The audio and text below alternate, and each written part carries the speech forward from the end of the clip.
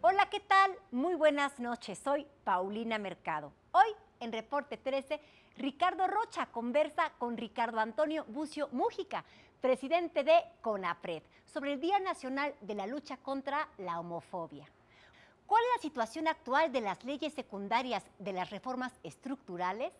En unos minutos, Pablo Iriart, Ezra Chabot y Jorge Fernández Menéndez lo analizan en un capítulo más de México Confidencial. ¿Quieres saber cuáles serán las noticias más importantes que se publicarán el día de mañana? No te pierdas a Lourdes Mendoza, Eduardo Ruiz Gili y Horacio Villalobos en La de 8. ¿Sabes cuáles son los eventos deportivos que paralizaron a nuestro país de una u otra forma? Hoy, Antonio Rosique analiza los 3 momentos deportivos de mayor convocatoria en vidas apasionantes. Quédate con la programación de Azteca Opinión, que también puedes seguir a través de nuestras acostumbradas redes sociales. ¡Comenzamos!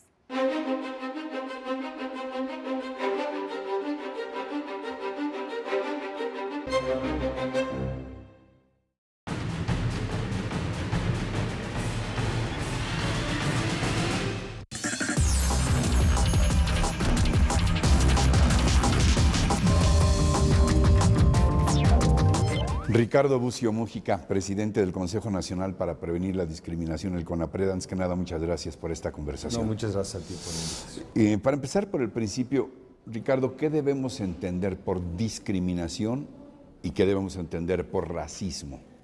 Ok, bueno, primero discriminación, ahora lo dice la Ley Federal para Prevenir la Discriminación, que ha tenido una reforma muy sustantiva y que ha integrado en su definición lo que dicen los tratados internacionales.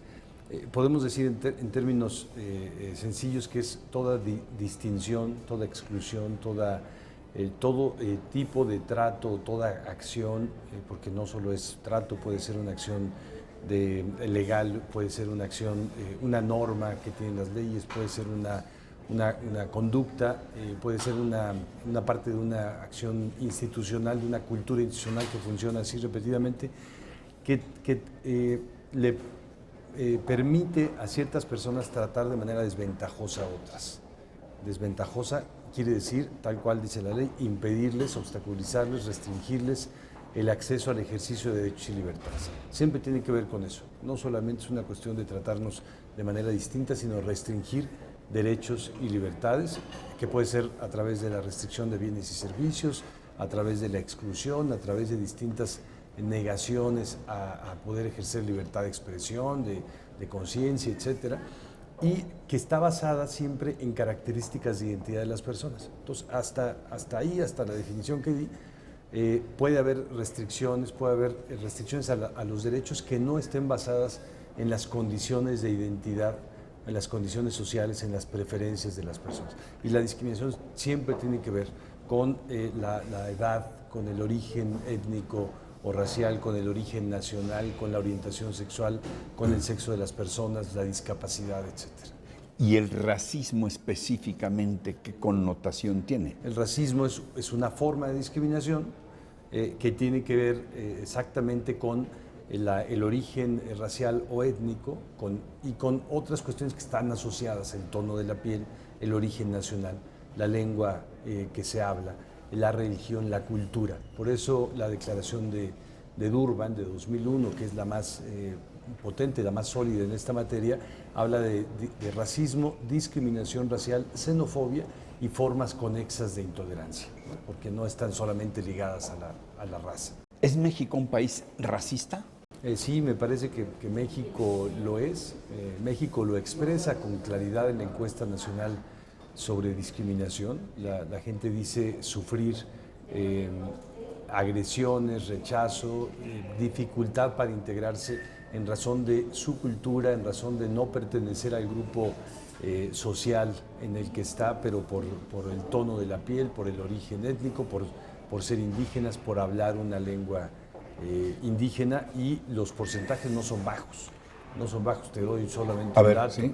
El 40% de la población dice que se organizaría para no permitir que una comunidad indígena viviera en su localidad, en su barrio, en su colonia, ¿no? O sea, si teóricamente pusiéramos una comunidad indígena, por decir algo, en la colonia del Valle o en las Lomas, la gente se organizaría para que no rechazar, vivieran ahí. para que no vivieran ahí. no vivieran ahí. O sea, somos racistas y somos discriminatorios a la vez. Sí, el racismo es una Sí, forma de como decíamos, una discriminación, forma de como el discriminación. machismo, Pero quiere decir, somos racistas en sentido estricto y en sentido amplio somos discriminatorios también. también, sí, porque no solamente lo hacemos por esa condición, sino lo podemos ligar al clasismo, lo ligamos siempre al machismo, ¿no? Cuando hablas de clasismo, hablamos de pobreza. Hablamos de la distinción que hacemos en torno a la desigualdad o a la situación socioeconómica, porque incluso hay clasismo en la gente en el mismo nivel económico. Ahora, hace poco un reportero de un diario se disfrazó de huichol y se fue a la zona de Antaras, una zona elegante, un centro comercial muy exclusivo, y en las tiendas le hacían el vacío, las personas se apartaban de él, y luego se fue a sentar a una banca y en un parque, y el policía lo estuvo interrogando de que qué hacía ahí. Si hubiera venido de traje como tú y yo, evidentemente no le hubiera pasado eso. Hubiera sido una persona normal que se toma un descanso. Pero le estuvieron preguntando qué hacía ahí, o sea, durante mucho tiempo, como diciendo, váyase, por ser indígena. Sí. ¿Y qué hacía ahí en un país que es originariamente indígena, ¿no? En una ciudad aquí en donde tenemos 300 pueblos originarios indígenas? ¿Es una enfermedad social endémica o podemos hacer algo? Es una práctica social que sí se convierte en enfermedad, porque tiene realmente componentes que van destruyendo el cuerpo social, lo van minando, van siendo, por ejemplo, para la democracia en particular, un cáncer, yo creo. Pero no es una enfermedad fatal, digamos, ¿no? Es crónica, degenerativa, pero no es mortal, yo creo, si hay mecanismos que confronten socialmente, legalmente, jurídicamente, culturalmente esta práctica social y la reviertan. Y ya tenemos ejemplos de eso. Sudáfrica hizo uno que está inacabado, pero hizo un proceso fuerte contra la discriminación racial. Otros países, después de lo brutal que fue el apartheid, ¿no? Después de lo brutal, o ahí estaban en una situación de morir como nación o seguir así. Lo hizo los países nórdicos en cuestión de género, por ejemplo, hicieron un proceso de confrontación muy fuerte y ahora tienen una igualdad de género envidiable. Lo hicieron otros países, Estados Unidos, con el movimiento de derechos civiles en torno a la discriminación hacia la comunidad afro. Argentina ha vivido en los últimos años un proceso de reivindicación de los derechos de la diversidad sexual, por ejemplo. Sí hay mecanismos. Y en este sentido de esfuerzos nacionales, ¿en qué consiste, dime, el Programa Nacional para la Igualdad y No Discriminación 2014-2018, dado a conocer apenas hace unos días? ¿Cuáles los propósitos fundamentales y cuáles también las estrategias?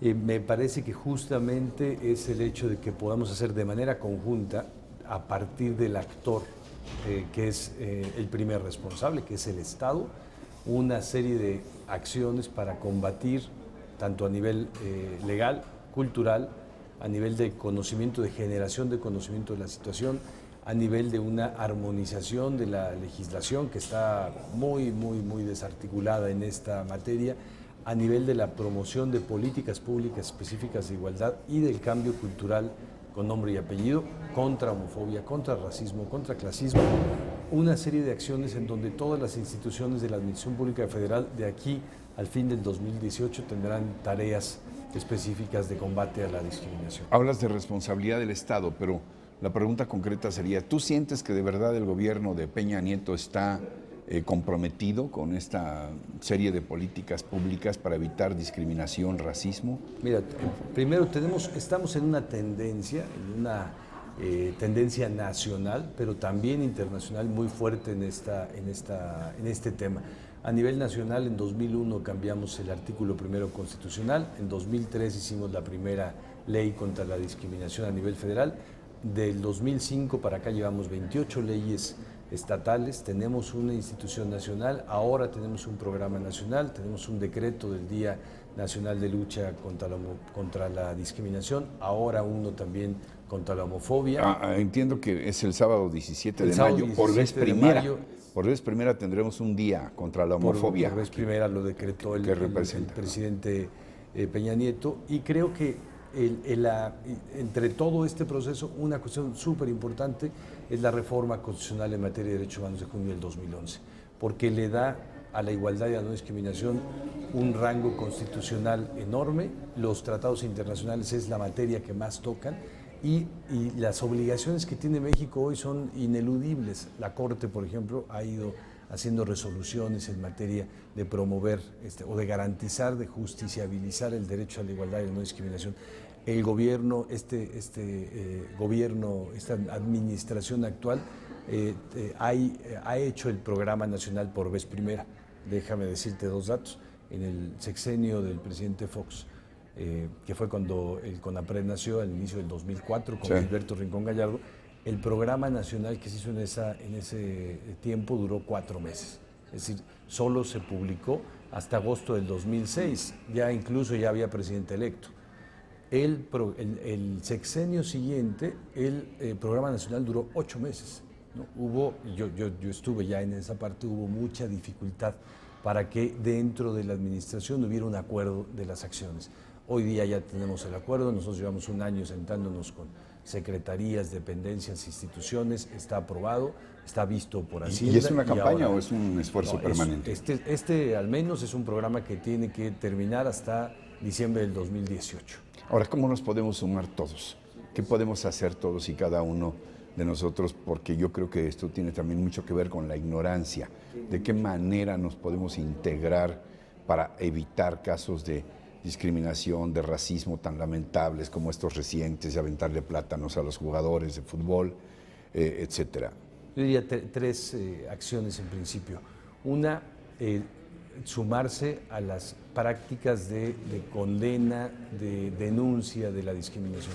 No podemos seguir aceptando como sociedad que nos tratemos así, que a veces pensemos que le sucede a otros. No, la discriminación es un mecanismo cultural que nos afecta a todos. No, la no aceptación y para eso la queja, la denuncia pública, la sanción social, pero también los mecanismos de denuncia como son las quejas que recibimos en el Consejo. La segunda es una vigilancia de las acciones del Estado, ¿no? Sin una vigilancia, las instituciones públicas tendemos a ser siempre de alguna manera endogámicas, incluso con el programa. Una cosa es pensar que aplicar el programa y otra cosa es el resultado que va a tener en la sociedad. Entonces la sociedad a través de los medios, de los grupos sociales, de las organizaciones, tiene que tener vigilancia, tiene que tener exigencia para que las instituciones hagamos lo que tenemos que hacer en la lucha contra la discriminación. Y la tercera me parece también participar del cambio. En tanto que todos somos actores de la discriminación, esto tiene responsabilidades desde sociales, del Estado, pero también personales. Ricardo Bucio Múgica, presidente del Consejo Nacional para Prevenir la Discriminación, el CONAPRED. Este espacio se queda abierto, ¿eh? Te agradezco muchísimo. Y permanentemente. Si este esfuerzo de ustedes va a ser permanente, pues igualmente la puerta se quedará abierta siempre para este propósito. Te agradezco mucho. Gracias. Y gracias también a ustedes por su atención, por su compañía, pero sobre todo por su confianza en este espacio. Aquí están nuestras vías de contacto y yo los espero la próxima semana en otro Reporte 13. Hasta entonces, hasta siempre.